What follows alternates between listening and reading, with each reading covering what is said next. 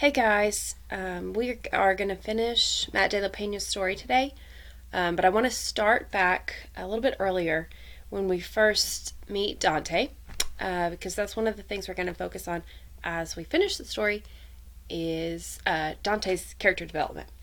So I'm going to skim back real quick. This is from the chapter that was called Don't Sit There Like a Punk. All right, he's 6'4", in his early 30s maybe. He's the only guy in the gym who's never said a word to you. He walks right by you like you don't even exist, but he can seriously play. Not only does he knock down almost every jumper he takes, he hardly ever grazes the rim.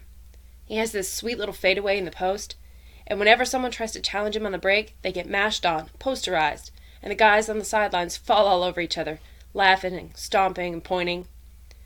After burying one particular game winner from the wing, two guys draped all over him, he'll turn to you suddenly and bark, "Hey kid, why are you still coming here?" You pause your dribble, stunned. "Who, me?" "Nobody thinks you're good enough to play here. Comprende? Why don't you go on back to the barrio, S.A.?" Your whole body will freeze up from the shock of his words. Everyone in the entire gym inching closer, waiting to see what happens next. All right, so picture the scene in your head. I'm going to keep going, skip a little bit. But I want you to picture kind of what this scene would look like. The look on the narrator's face, maybe the look on Dante's face, his body language, the reaction of the other guys in the gym. Just kind of picture it all, okay? You grab your stuff off the bleachers and start toward the door, but for some unexplainable reason, you stop. You turn around. You glare across the court at Dante, mumbling, "I just want to play." "What?" Dante shouts back. He picks up a ball and fires it at you, narrowly missing. "Speak up if you got something to say." "I want to play," you repeat louder this time. "What?" "I want to play." A few of the guys start toward you again, wanting to get you out of the way, or get you out of the gym before you get hurt, but Dante puts a stop to that. "Get away from him. This is between me and the kid." All right, skip a little bit more. Keep picturing that in your head. "Check it out," Dante suddenly announces. "This kid's got my spot this game." Then he turns back to you. "After you get smoked, you walk out them doors, and you never come back, you hear?" You stand there studying him for a few extra beats, searching for his angle, trying to decide if it's some kind of trick, if you're still in danger. But before your ruling is in, though, you find yourself being shoved out onto the court. I'm going to skip a little more. As fast as your heart was beating when Dante got in your face, it slows back down once the ball's in play. Because this is the one place in the entire world where you feel truly alive, where your brain shuts off and every move is made on instinct. It only takes 2 trips up and down before you shake off the cobwebs and slip into the flow. First time the ball gets swung out to you on the wing, you skip past your defender and spin into the lane for a little 10-foot bank shot off the glass. A few of the guys on the sideline oohing and awing. A few plays later, you bury an open 20-footer, nothing but net, Dante style. You rip dollar bill near half court and race down the floor for a little finger roll over the rim, and as you retreat back down for defense after that one, you can hear the gym erupting. Now you're buried deep inside the folds of the game. The outside world slinks off and hides, and all you know are the choreographed movements around you. The dance, the beautiful symphony of squeaking sneaks and grunts, and the thud of body meeting body. Each man's heavy breath and his eyes like a portal to his mind. All right, keep going a little bit more. The guys on your squad mob you near mid-court. "That's right, young buck," they say. "That's how you let fools know," they say. A few go on about how they've been meaning to pick you up all summer. They just never got a chance. Blah, blah, blah. But just as you're starting to feel yourself, Dante will be back in your grill. "What, you make a couple jumpers and now you're supposed to be somebody?" "No, I just... Get off my court, kid." "But..." He'll grab you by the arm and fling you toward the bleachers, barking at everybody else, "Yo, I got my spot back. Check ball." All right. So take a second. Describe how you're picturing this in your mind. Describe what you feel like's being revealed about the characters.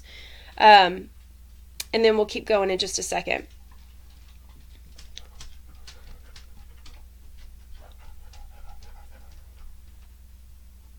Okay. If you need to pause me to keep writing, that's fine, but I'm going to keep reading. As we keep reading, You've got a spot where you can keep track of what's being revealed about Dante and what's being revealed about the narrator. So jot, you can pause it anytime you want to, but I want you to pick up on how both characters are being developed. Okay, we've got this, what seems to be a pretty obvious picture of what Dante is like, and we know our main character, the narrator, pretty well. Okay, but as we move towards the end, keep track of everything you've learned, or that you are learning. You'll consider putting up a fight here, but don't. Trust me. What matters is you'll have proven that you can play. What matters is every head who saw what you did will see you differently now. As proof, not 30 seconds later, a guy who goes by the name of Slim will wander over and say, "Yo, young buck, I got next. You want to run with me?" For sure. Rob will overhear this exchange and bark, "Yo, Slim, I thought you already had 5. Who you dropping?" "You." "Me? You just seen this boy's skills, right? I gotta get me a point guard." "But you said I was down, Slim. Don't play your boy like that." In the middle of this debate, a stray jumper will roll out of bounds towards you, and Dante will give chase. He'll grab the rock, kneel down, not 5 feet from you, to tie his shoe. "Hey, kid," he said, in a quiet voice. "Yeah?" He'll look up at you, mid-double knot. "You want to get in games? You don't just sit there like a punk, right? You stand up, challenge the baddest dude in the gym, someone like me. Then you do your thing. Understand?" His intense eyes will be like knives inside your chest. "Yes, sir." He'll stand up and nod, jogging back onto the court, shouting, "Yo, check ball, let's go." All right, I'm going to stop for a second, because I feel like something pretty significant just happened here. But I'm going to give you a chance to jot. What are you thinking? What's been revealed about Dante? What's been revealed about the narrator? About the other guys in the gym? All right, this next part, this last part, or actually it's not quite the last part yet. This next part, you're going to have to be really, really aware of what's going on, because it's a short part and it's the development is subtle, but it's important. Okay? So really hold in your head what you think you already know. What new things are you seeing?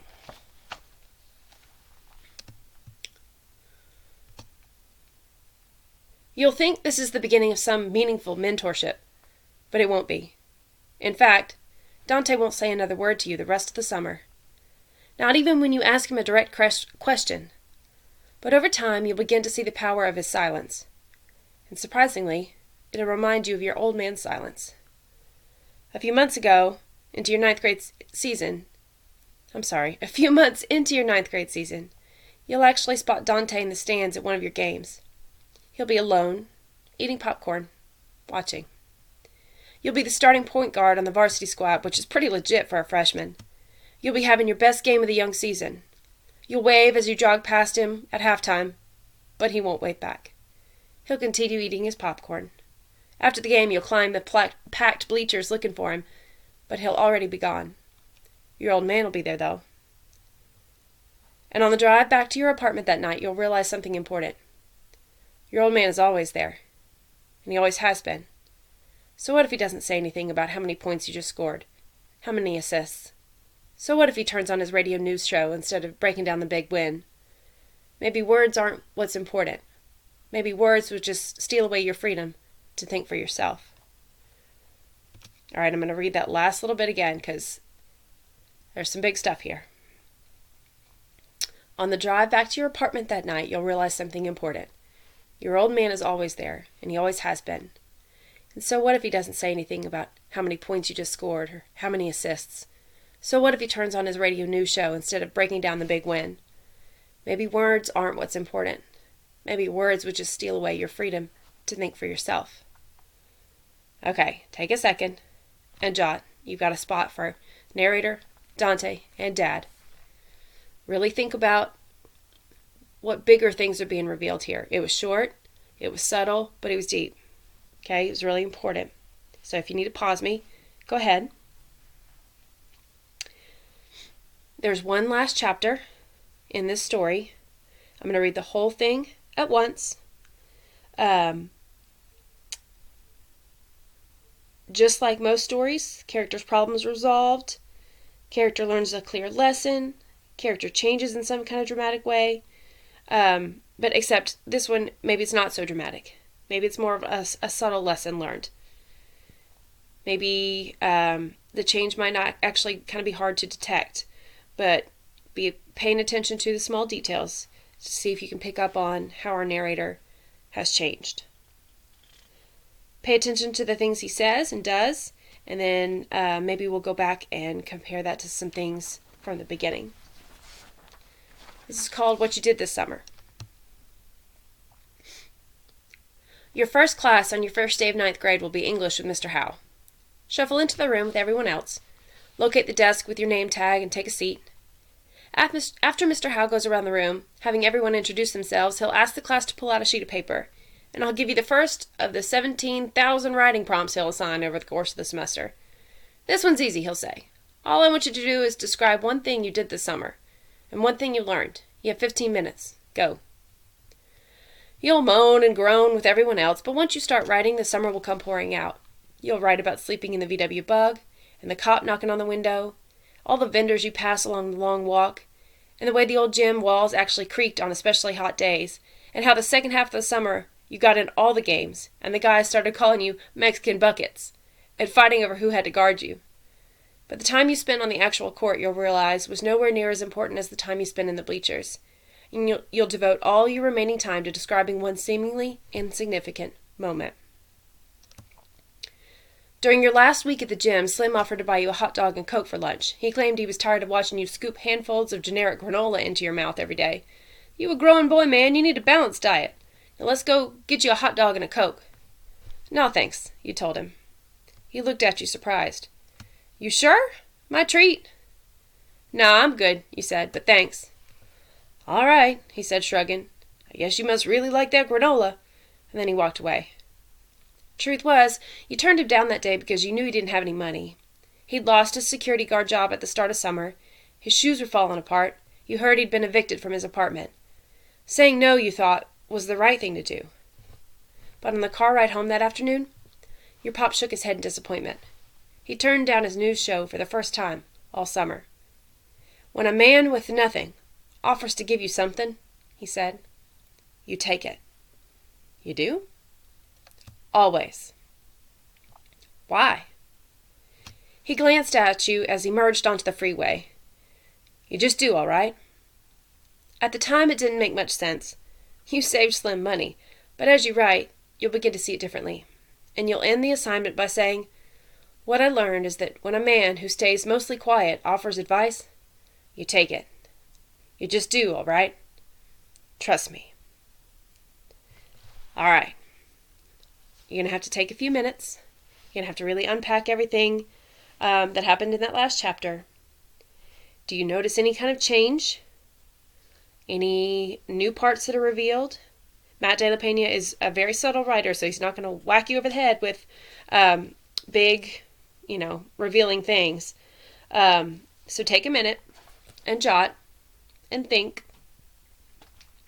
Below where you are jotting now, there are going to be some places for you to look back at things that happened earlier. And then I want you to talk about how those are window moments. Okay, what did they reveal about Dante? And kind of think about how it compares to what we know about Dante at the end. Okay? And then follow the directions on your handout for the rest of what you should do for the story. Then continue on in this Google slide for your work for the rest of today. Okay? I absolutely love this story. I actually cried the first time I read it. But that's just me. I hope you liked it too. And I hope you have a great Monday. I'll see you tomorrow. Bye, guys.